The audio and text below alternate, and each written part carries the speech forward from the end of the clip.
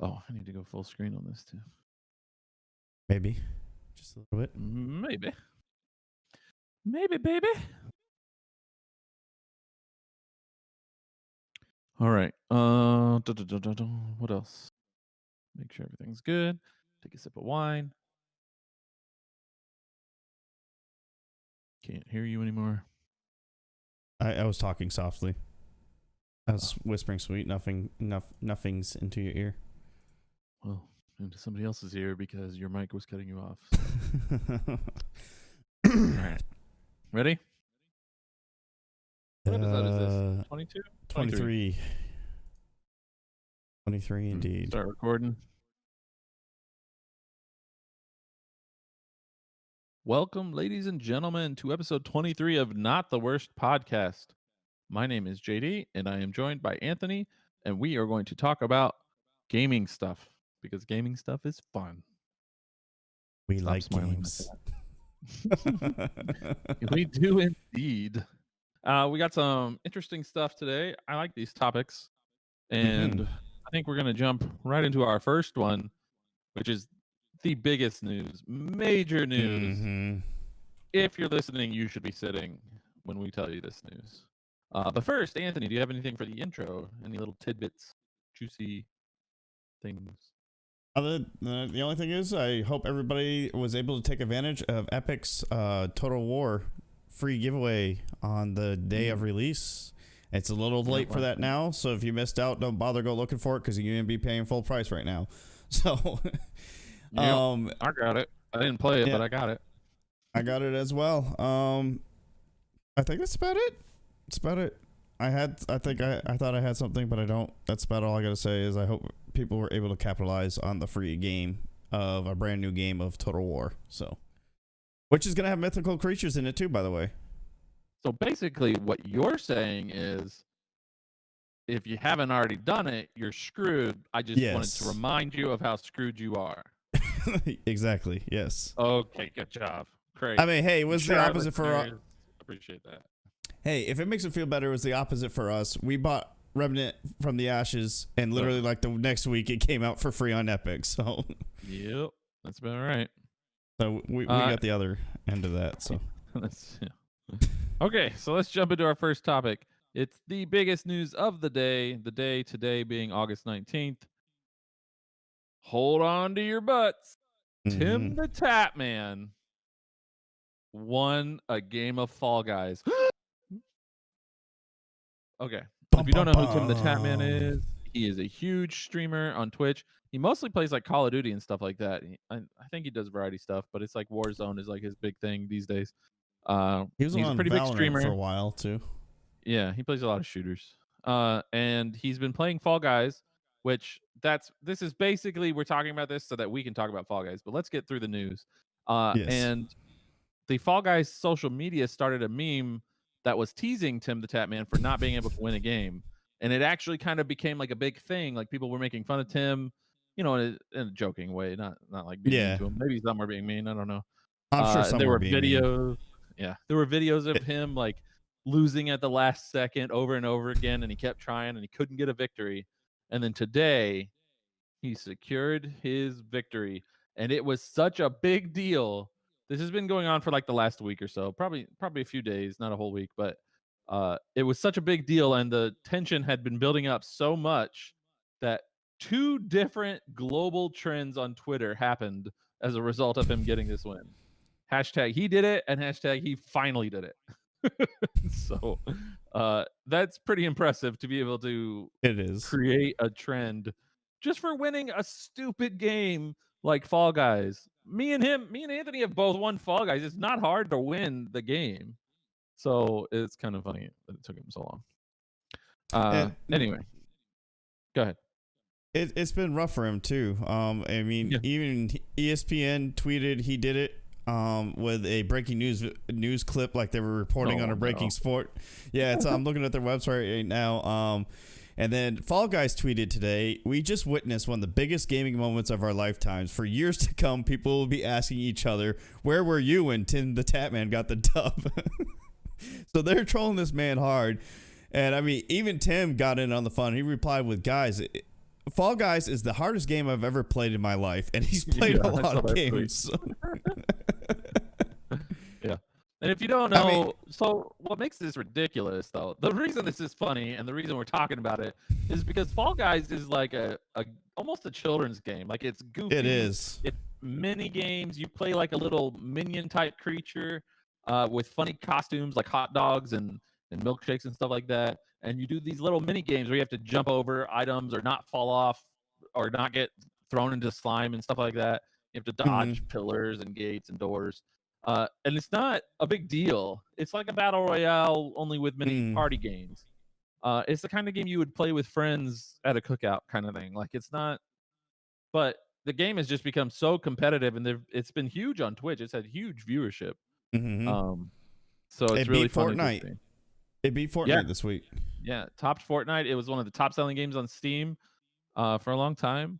It's just it's a fun game. It's super addicting. When we play it, we play for hours. But it was just, and so it's just funny given how this isn't like Counter-Strike or Halo or, it's not a competitive game. It's not a game that they're going to make an esports community around. So it's just funny that Timthetatman couldn't win. First of all, he couldn't win what's basically a casual game. And second of all, they made such a big deal out of him not winning it that it just became a meme for a while. I mean, I remember watching one of his clips. He was apparently playing with some of his friends, and he kept getting knocked over and over again. His friend goes, "Tim, you're the worst. Tim, you suck. Tim, you're horrible." And his friend's just sitting there, and Tim is just sitting there looking defeated as he watches his Fall Guy just go right over the edge. So, but it kind of, I mean, like JD said, bringing up Timthetatman was just kind of a segue into actually talk about the real topic that we want to talk about, because we both got into this. It's called Fall Guys. If you guys haven't heard about it yet, I don't know where you've been living, because I think it's everywhere at this point. I mean, if ESPN is covering it like it's an actual sporting event and making a big deal about Timthetatman finally doing it. But Fall Guys is a pretty fun game. It's actually, from what I understand from JD and my brother, they talk about it's kind of loosely based off old TV shows, game shows that used to take place back in the day. And obviously it's not exactly like game shows, because a lot of things, what happens to these Fall Guys in these games would actually kill a real human being, so it's loosely based on it. So the mechanics are pretty funny, because it's got extreme ragdoll physics, because you can have something moving like 2 inches per second and it would still send you flying across the map. So and you can grab onto your friend and let go, and they happen to jump when you let go, they go launching across the map and end up off the edge. So it's a fun game. We see a lot of drunk shenanigans in the future. I'm sure people have already capitalized on this. It can easily be turned into a drinking game, and probably gets more and more entertaining the more you drink, because then you can't even, your hand-eye coordination goes flying all over the place. Yeah. But one of the big deals is when Fall Guys first made their Twitter to produce to promote their game, apparently they had like 88,000 or 8,000. I can't remember. It was 8,800 or 88,000. And in less than a week, they went over 300,000 followers on Twitter. So this game has literally exploded. It's almost kind of gotten the reputation or the acknowledgement as farm animals. No, I'm saying that I just Animal Crossing. Animal Crossing. I don't know why I said farm animals, but the only difference is this. You were so certain about farm animals too. You're like farm animals. That's it. It's farm animals.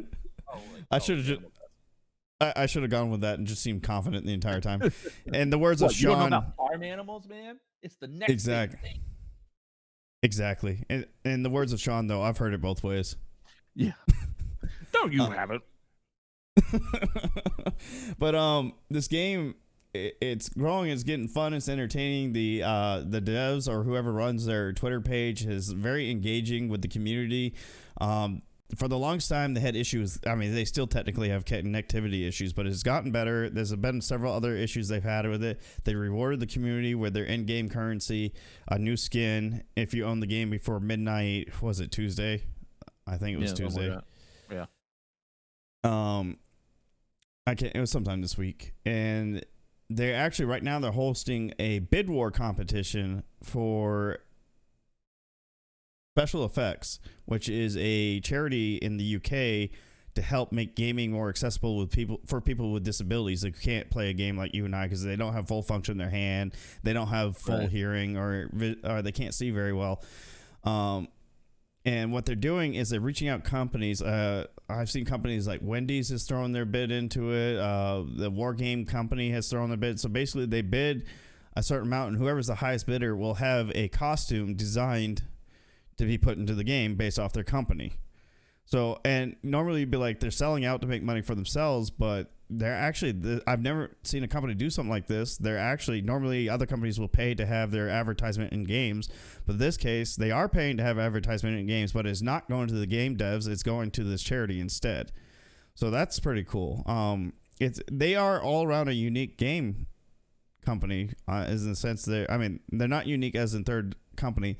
It's actually showing in this day and age, third-party companies are starting to be more popular than the big ones, because the big ones are more worried about grabbing that money and chilling out as much as they can, kicking out new games every year, whereas these third-party companies are just working on that one game and getting very involved with the community. I mean, maybe someday they'll get too big and they end up going the same way as everybody else, but right now third-party companies have been making some pretty big games lately. So yeah, and that's the thing, like, you have that balance.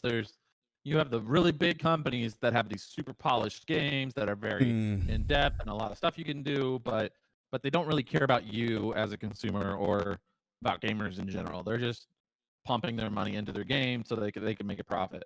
And then you have these smaller guys like the Fall Guys guys that are just making a game to have fun, and they're very responsive to the community and stuff like that. So there's definitely a balance there in the video game world, but Fall Guys definitely falls in the latter part where they've been pretty responsive to the community. They're engaging a lot, especially on Twitter. They're keeping the game patched and working on updates and stuff like that.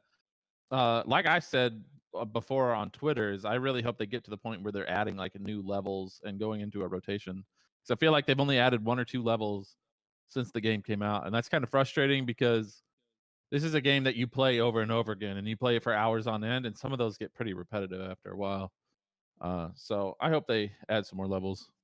But I'm sure it's a great game. It's super fun. I wish we could get 4 people on at once to do like a drinking game. But you know, I'm sure they're going to, though. Like I said, it's a smaller third-party company, and it seems like they're more focused on fixing the game right now than anything. Yeah. I mean, yeah, they've been releasing new skins, but I'm sure skins are really easy. They just get to change a few things in code to get the skin to look a certain way. For the most part, as opposed to building a whole new levels that make sure they work, make sure there's no glitches in it.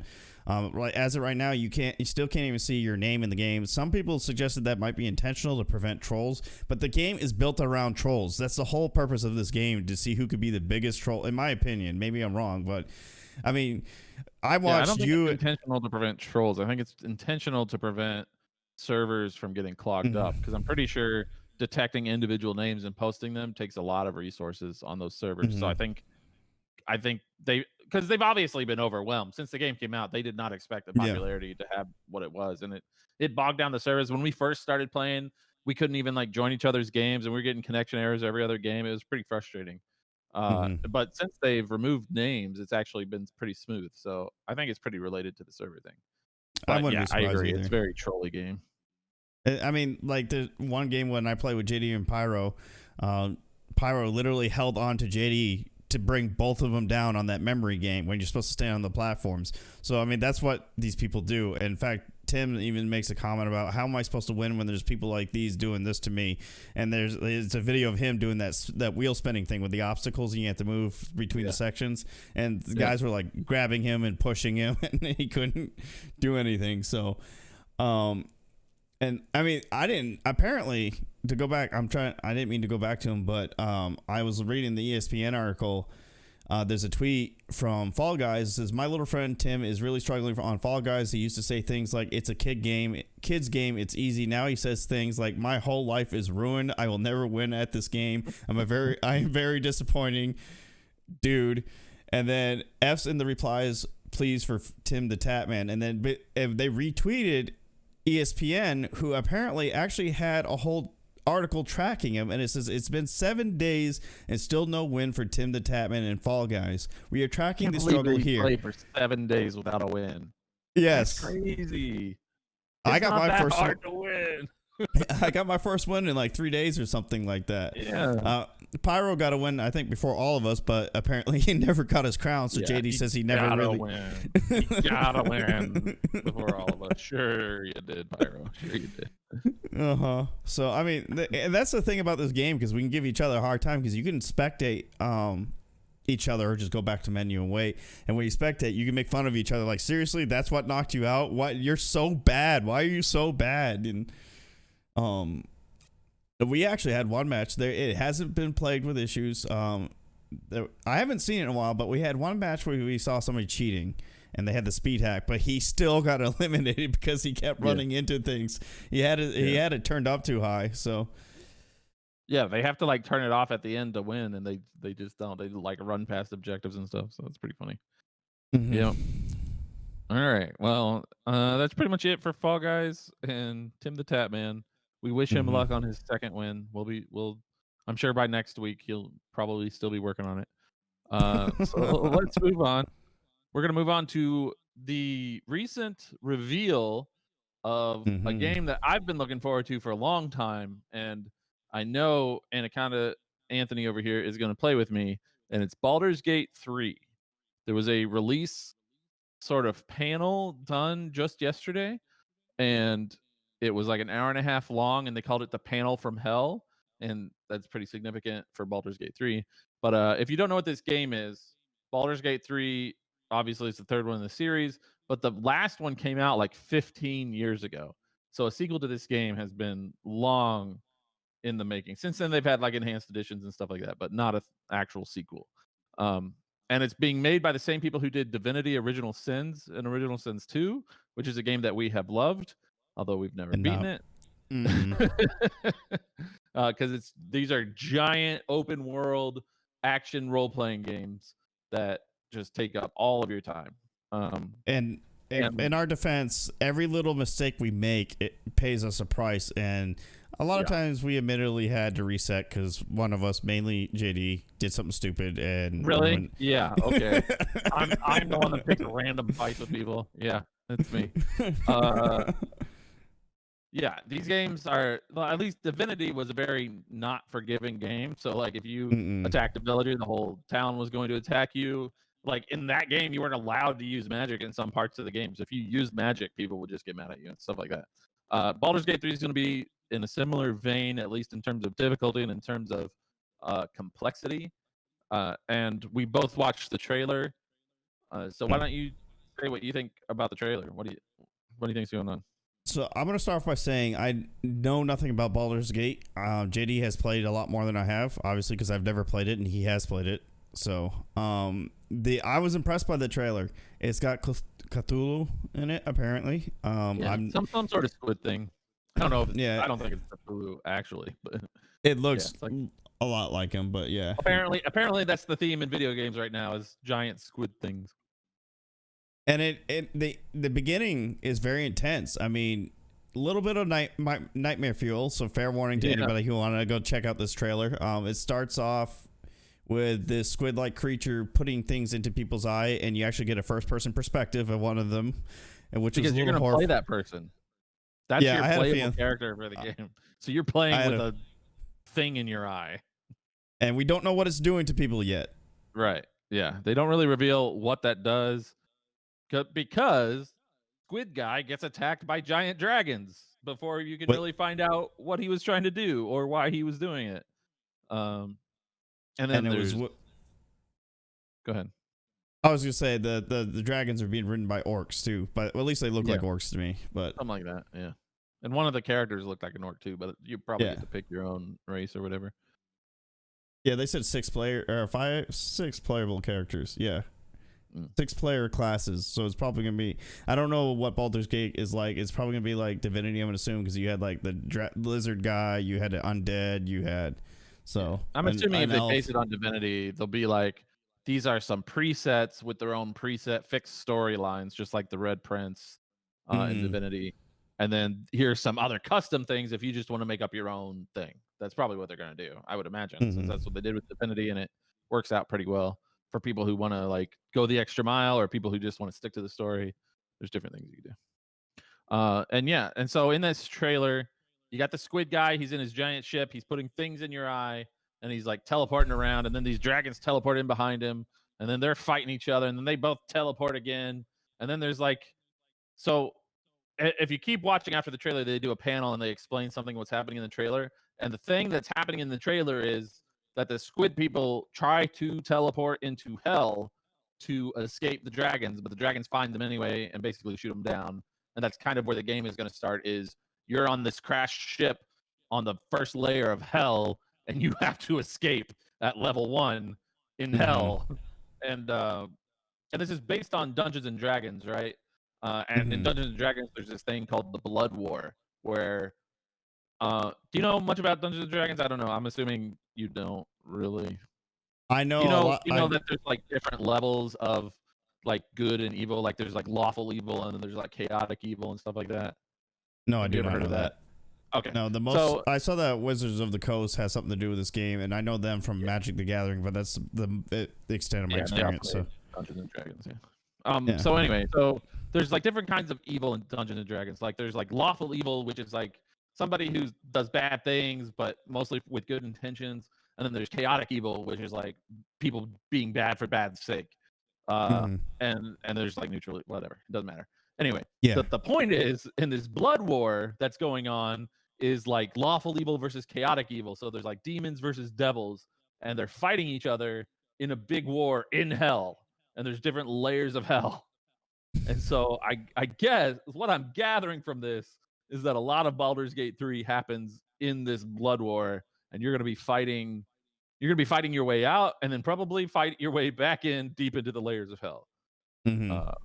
Which I don't know if they call it hell. The panel was called the panel from hell, so maybe they have a different name for it. He did.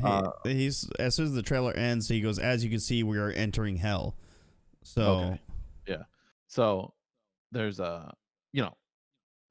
it's pretty wild just from a trailer that you have these giant squid people that you're obviously going to fight because they put crap in your eye, and you're not going to let them just keep putting crap in people's eye. Then you have the dragons, which may be good guys, but maybe just be other bad guys that don't like these bad guys. And then there's demons at one point and devils fighting each other. So there's a lot going on in that one trailer. Yeah, in the beginning of the trailer, the squid people are flying their Nautilus ship, and I say Nautilus because it looks like an actual Nautilus. It does look like a Nautilus. Yeah. And flying it over, it looked like a human village, and the tentacles were basically teleporting people into these pods. That's right. That part was weird. Yeah, because when the tentacles or whatever hit people, it didn't like grab them, or it just turned them into puffs of black smoke, and then they would appear in the ship somewhere else. So they were obviously capturing people for some reason. Yeah. And another thing they kind of hinted at in this game is when the squid guy first entered the human village, he's looking over before he starts the attack at what looks like, I'm assuming, a female version, because it was asleep, and he kind of, I mean, as much as you can see how a squid person looks sad, he kind of looks sad at her, kind of hangs his head and went on. So maybe that he's got a mission to save his lover, and that's what this whole thing's about. And there was like an unconscious one or something down there. So maybe that's what I was thinking. Like maybe they're like putting our souls into their bodies, kind of thing, or something like that, to bring them back to life. I don't know. Yeah. So definitely a lot more questions than answers from that trailer. But intriguing. It looks really good. Looks like it's going to be a lot of fun to explore those worlds. Okay. And the other thing, the reason that we're excited, well, I'm excited, I don't know, he's probably not that excited, but it's fine, is that these are co-op RPGs, right? It's not just you pick a character and play the game like I'm playing Horizon Zero Dawn right now. That's a single-player RPG where you explore the world yourself. But in Baldur's Gate 3, you have a party of people, and since we know Divinity already did this, they're going to have co-op, so you can play with up to like 4 people, maybe even more, depending on how they design it. So that's pretty fun.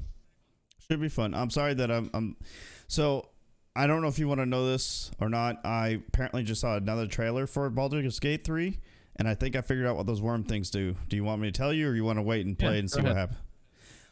So spoiler alert, if anybody doesn't want to find out what those little worm things might be doing to people, so if you want to wait until you play it yourself. Assuming since they're in our brain, we're going to find out pretty quick. Yes. So they just this trailer I just watched. It was a lot shorter than that one.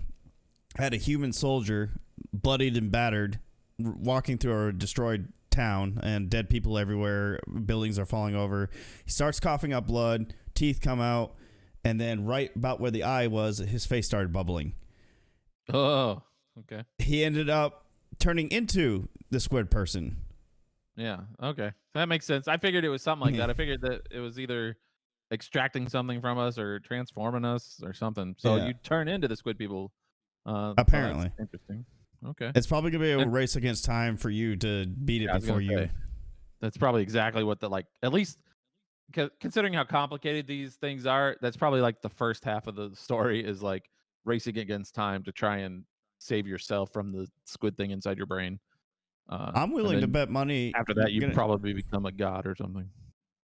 I was gonna say, I'm willing to bet money you're gonna end up becoming a hybrid. You're gonna end up stopping the transformation like at some point in the middle of the transformation. So you're probably gonna have your original abilities as whoever you are, and then you're gonna have additional abilities as a semi squid person. That's a guess. And the only reason why I'm saying that because you had that one character, the one in our current playthrough of Divinity. She had a demon in her, so you had your demon abilities, and then you had your other abilities. So that's right. Yeah, it'll probably be something like that. They're usually pretty complex like that, so it would make sense. So yeah, this is going to start Baldur's Gate 3. It was originally supposed to start early access like in June or something like that, and then they delayed it. And they said the best case scenario was August. Now they're saying that the early access is going to start on September 30th. And this will be available on Steam, and it will be available on Google Stadia for the three of you who have that. The people that joined Stadia when it was free and then forgot to cancel their subscription. This is interesting. This article I'm looking at here is comparing Divinity Original Sins 2, which was Larian Studios' big game, versus what's going to happen in Baldur's Gate 3. And so it's kind of comparing, since they're very similar, like in tone of being an epic RPG. They're saying like there's in the first act of Divinity Original Sins 2, there's like 18,000 dialogue lines. In Baldur's Gate 3, there's 46,000. Combat encounters has 22 for Divinity, 80 for Baldur's Gate. So the numbers are bigger. There's more characters, there's more combat, there's more dialogue, which means there's more stories and more quests. So if you like Divinity Original Sins 2 and you want that in hyper mode, this will be the game for you. So and one more thing about Divinity too, we talk about consequences for your actions. JD mentioned attacking civilians and villages, and the whole village attacks you. Even the vendors will attack you. One thing you also, and I'm sure they're going to do the same thing in Baldur's Gate. This is the only reason why I'm bringing this up. Somebody you think is a nobody, and you think, haha, it's going to be fun. I'm going to kill this guy. And then you end up later finding out, like, oh, crap, I actually needed him. And yeah.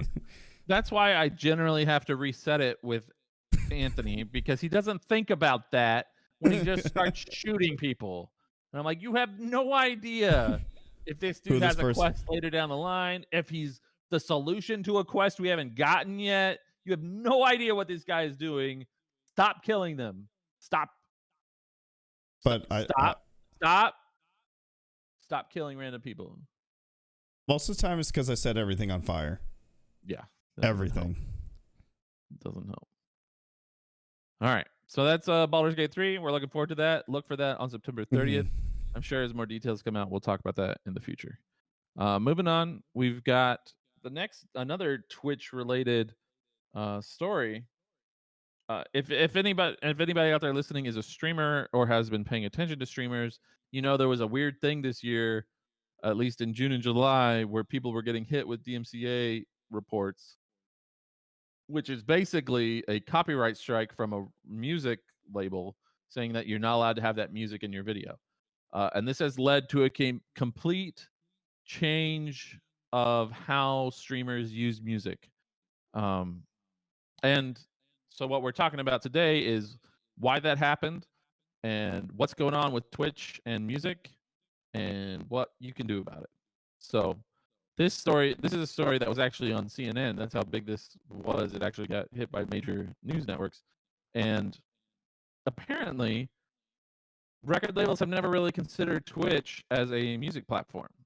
And so one of the pieces of data here is that the RIAA, which is the one that sends out the DCMAs, is that right, or is it DMCAs? I Whatever, literally the just looked copyright at strike. it. ECMA. Yeah, DCMA. So RIAA is the music organization that enforces playing music legally, basically. So they were saying that between 2017 and this June, the RIAA had sent out 710 notices on Twitch. Since June through July, they've sent out over 1,800. And that's what caused the big stir, because suddenly people were getting strikes. And if you don't know this about content creation, you get enough of those strikes, and it's usually 3, you can lose your channel. On YouTube, it's a huge deal. Many people have lost their channels on YouTube, and there's no getting them back. There's no arguing it. It just happens. So the fact that this was happening on Twitch was scaring people, because it's very common on Twitch to just play music in the background when you're just chatting with your viewers or waiting for your game to pop, the game queue to pop and stuff like that. So the reason for this apparently isn't any real big thing. It's just that record labels had never considered Twitch a problem before. But apparently, because of this spike in Twitch streamers and Twitch viewers during the pandemic, during COVID-19 stuff, it caught somebody's attention, and somebody somewhere was like, "Hey, why are we letting them play music for free on Twitch?" And that sucks. You know, that sucks for a lot of people. So, according to this story, Twitch has been actually in negotiations with RIAA for a while, um, and things are going to change. Right now, most people are afraid to play non are afraid to play copyrighted music unless Mm-hmm. you don't. The big thing is you don't leave your videos, your past broadcasts, available to the public. If you're doing it live, they're not going to copyright strike you. But if that video gets saved when your stream is done, they will. So you can't leave it up there. Which Um, makes it confusing for streamers, in my opinion. If you got, because that's like, what's the difference? Live is when you're gonna make all your money. It's not gonna be when you're right, doing your VODs. So right. But a lot of people like to save their VODs, especially for capturing highlights and downloading them later for YouTube and stuff like that. that's true. So not being able to save your VOD kind of sucks. It Um, does. So I would imagine. Well, here's the weird thing: Twitch is owned by Amazon, and Amazon Mm-hmm. has one of the largest music streaming platforms anywhere. Like, it's up there with Spotify and Apple Music, Amazon Music Unlimited. They even have an HD version. So I would imagine at some point that's going to be incorporated into Twitch somehow, and you'll be able to stream music from Amazon Music Unlimited as long as you're a member. I don't know how that's going to work for viewers. Maybe they'll have to be a member too to listen to it, or else they don't hear it. Something like that, maybe. I don't know, That's the but one thing I haven't understood is like if Amazon, like you said, Amazon owns Twitch and Amazon has a big music platform. So why haven't they done anything to help streamers out yet? yeah, it's weird. I don't know. Maybe the technology's not there. Maybe they don't have the software there. Maybe it's coming in the future. I don't know. But according to this, they've been in negotiations since late 2018, trying to mm, form a relationship with these people. So it's weird that nothing's happened. But I imagine now that's kind of, with all those notices coming out and people like emailing Twitch, afraid they're going to lose their accounts and stuff like that. I imagine they're going to kick that into high gear to get it going. what? Go ahead. Sorry. No, that's fine. I wasn't going to say anything. The one thing I was gonna bring up, JD shared an article from CNN Business. Oh no, this is about Timthetatman. No, it is okay. Yeah, CNN Business, and it's talking about how a particular streamer had a VOD in his collection for over 2 years. Never heard a word about this being an issue, and then he got a strike. They didn't even warn him. He got a strike saying he had copyrighted music on his channel, and it was a 30-second clip of an e-card with a song from 50 Cent. And now I was doing this research while JD was talking, because it made me think of this, because I remember when I got into YouTubing, I wanted to be very careful I wasn't going to break any copyright laws. And one of the things you hear thrown around a lot is fair use. And fair use, a lot of people get this false conception, apparently, because I even believe this, because they said it was a 30-second clip. So I was like, why is he getting in trouble for this? Well, apparently the myth is that you can play a song up to 30 seconds without being hit with a copyright claim. However, that is not true. You're basically risking it. Some companies will say, yeah, you're fine. Others, like this one, will not, because they went after this guy. They said fair use. You may have heard fair use is a copyright provision that permits you to use 10, 15, or 30 seconds of music without copyright obligation. And they basically said, you may be wondering how exactly this works. The short answer is it doesn't work. They said when you start hitting the 30-second mark, you're risking it. You're risking a copyright strike. 10 to 15, you tend to get away with it. I think is a load of crap, because songs are 2 to 3 minutes long. I think they can afford 30 seconds to play in there, but that's a different discussion. They said the issue with the 30-second rule, because you can use the purpose of use. The copyright criteria is the purpose of use. Commercial for profit use is not fair use. While commentary or criticism may be, the nature of the work, quoting factual works such as a history book, for example, may be fair use. Since music is interpretive, which is a load of crap, it's more likely to be protected. The amount of use, this is where the 30-second rule is debunked. Small portions of work may be permitted as fair use, while the entire work is not. However, there are no specific guidelines for infringement.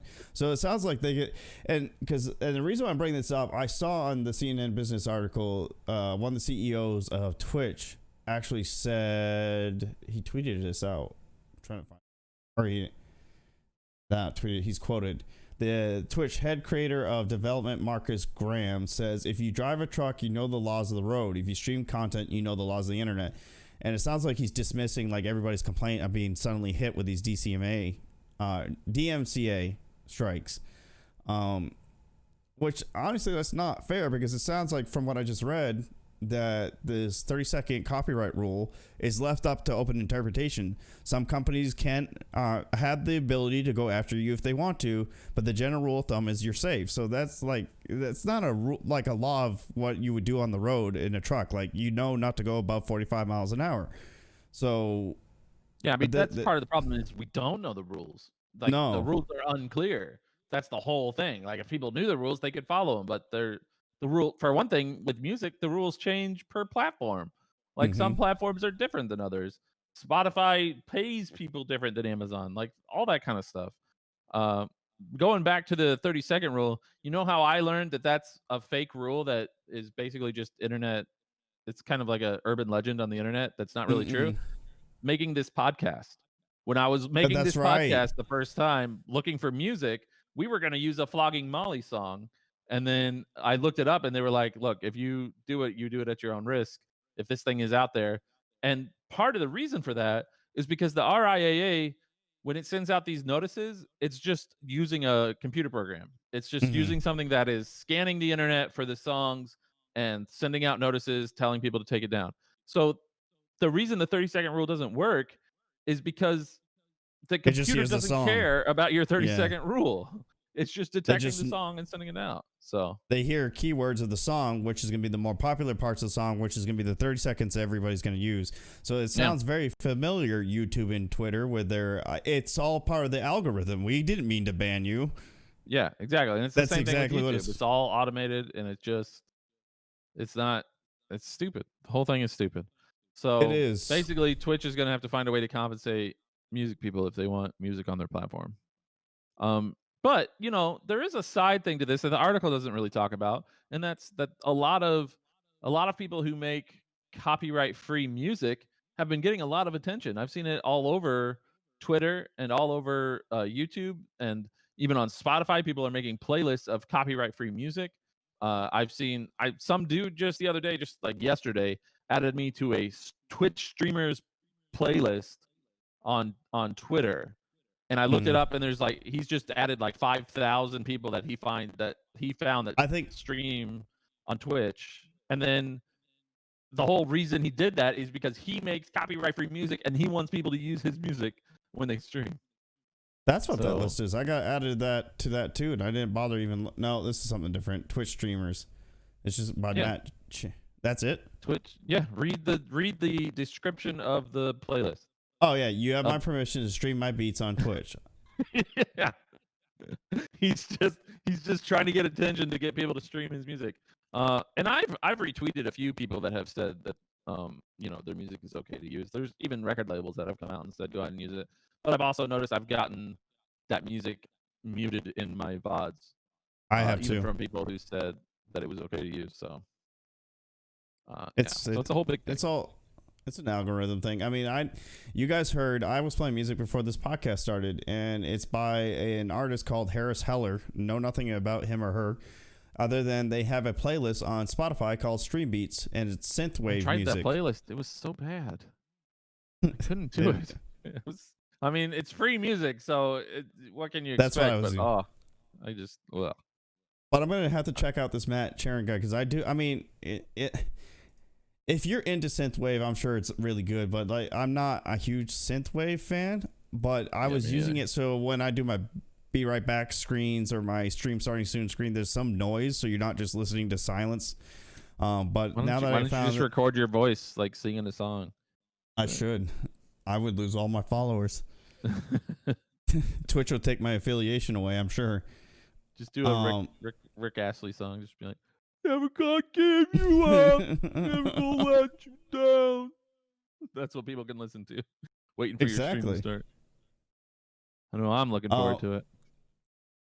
And then there was actually some big artists. I can't remember his name. Was it T-Pain?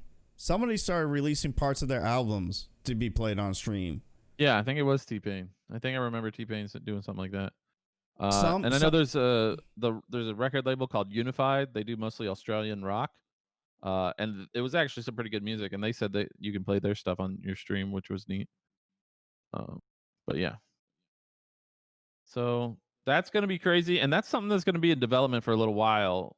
It's not going to end anytime soon. And Twitch is going to have to do something about it. So be on the lookout for more news on that from Twitch. And we'll try to cover it if anything big happens.